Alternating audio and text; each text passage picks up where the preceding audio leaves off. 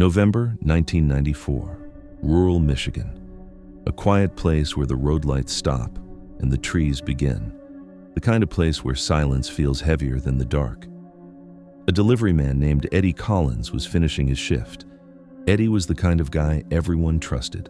Reliable, calm, friendly. He knew the roads like the back of his hand. That night, Eddie was on a route that took him deep into the woods. At 10:47 p.m., he made a routine call to dispatch. Eddie, voiceover, "Yeah, I'm almost done. I'll be back in 20." That was the last time anyone heard his voice. When Eddie didn't return, the company didn't panic at first. They assumed he was delayed. But as the minutes turned into hours, the silence became heavy. The police found his truck. The truck was still running. The headlights were on, the engine idling, the door wide open. His keys were still in the ignition. It looked like he'd stepped out and vanished. No struggle, no blood, no sign of a fight, just a man. Gone. A search party was assembled. Police, volunteers, hunters, even neighbors came out, flashlights shaking in the cold. They searched the woods, they searched the road, they searched the ditch, but they found nothing. No footprints, no clues, no sign of Eddie. Then, someone found something, tracks. The tracks were in the mud near the roadside, but they weren't human, and they weren't animal. They were a mix, half human, half canine. Each print was 14 inches long. The spacing between them was too wide for any normal creature. The prints looked like they were made by something tall, something heavy, something that walked like a man, but ran like an animal. And the pattern was unmistakable. It looked like a creature had walked upright. Locals started whispering about the Dogman, a creature that's been part of Michigan folklore for decades. Tall, muscular, half man, half dog.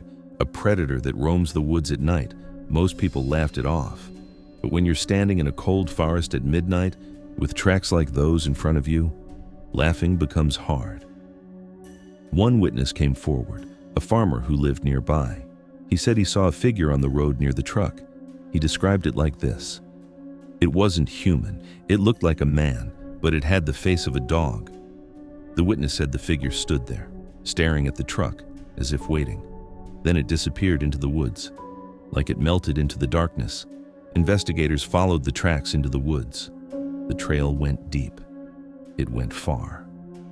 But suddenly, it stopped. No blood, no struggle, just nothing. As if the creature had simply vanished, or as if the forest itself had swallowed it. But the strangest part of the case wasn't the tracks. It wasn't the witness. It was the truck. Inside the cab, the delivery manifest was still there. Everything was accounted for. Every package, every address, except one. One package was missing, and it wasn't a normal package. It was addressed to a house that didn't exist, a location that didn't show up on any map. The delivery company couldn't explain it. The police couldn't explain it. And the people who lived nearby started to whisper that Eddie didn't disappear by accident. The dispatcher who took Eddie's call that night said something strange later. He said Eddie's voice sounded different. Not scared, not frantic, just distant, like he was talking from far away. And the dispatcher swore he heard something in the background, a low growl, a deep breath, something that sounded like a dog, but heavier, like a man breathing through a muzzle. This wasn't the first strange disappearance in that area. There were rumors of missing hikers, hunters who never returned, campers who left their tents intact but were never seen again. Some locals said the woods were cursed. Others said it was just nature. But those tracks were not nature. They were something else, something that walked upright, something that had intent. The search teams tried again. They brought in more people, more dogs, more equipment, but every time they got close, the trail went cold, like the forest itself was hiding the truth. One investigator later admitted, "Investigator, voiceover. It wasn't like the tracks ended. It was like they stopped being made, as if the creature had simply stepped out of reality. There was one detail no one noticed at first. Eddie's truck was missing something else, his radio. The radio was gone, not stolen, not left behind. Gone like it never existed. But his phone was still there. His wallet was still there. The only missing thing was the radio, which means the last thing Eddie did before disappearing was communicate with someone or something. After Eddie's disappearance, the town changed. People stopped driving on County Road 14 at night. They stopped taking shortcuts through the woods. They began to avoid the area entirely.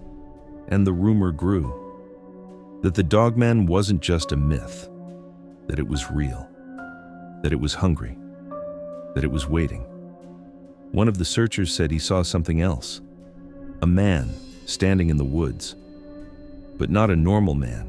He was too tall, too muscular, and he didn't look like he belonged there.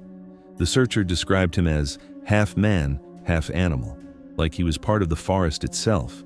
He said the figure looked at him like it was measuring him, like it was deciding if he was a threat. And then it vanished. Now, let's be clear.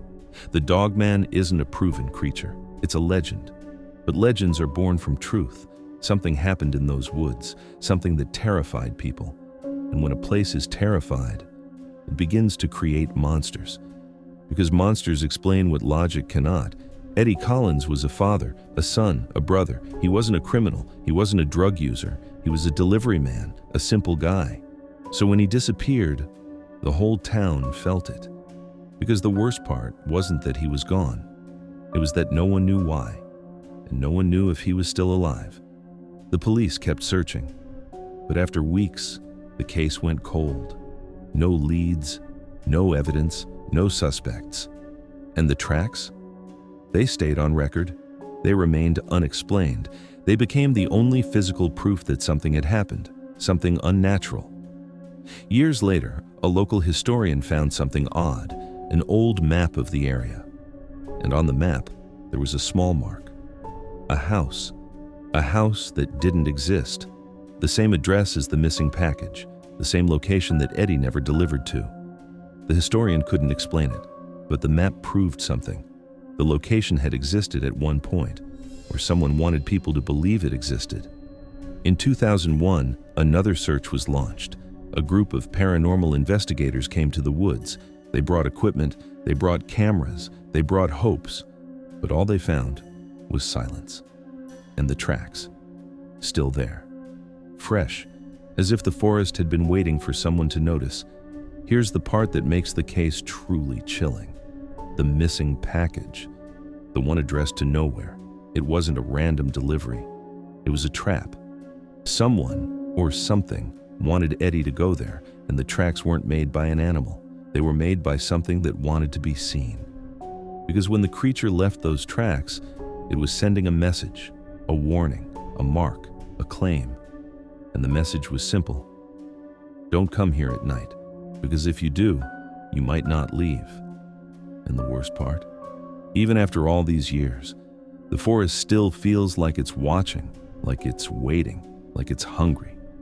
So next time you hear a story about a missing person in the woods, remember this. Some places aren't just dark. They're alive, and some legends are real. Legends are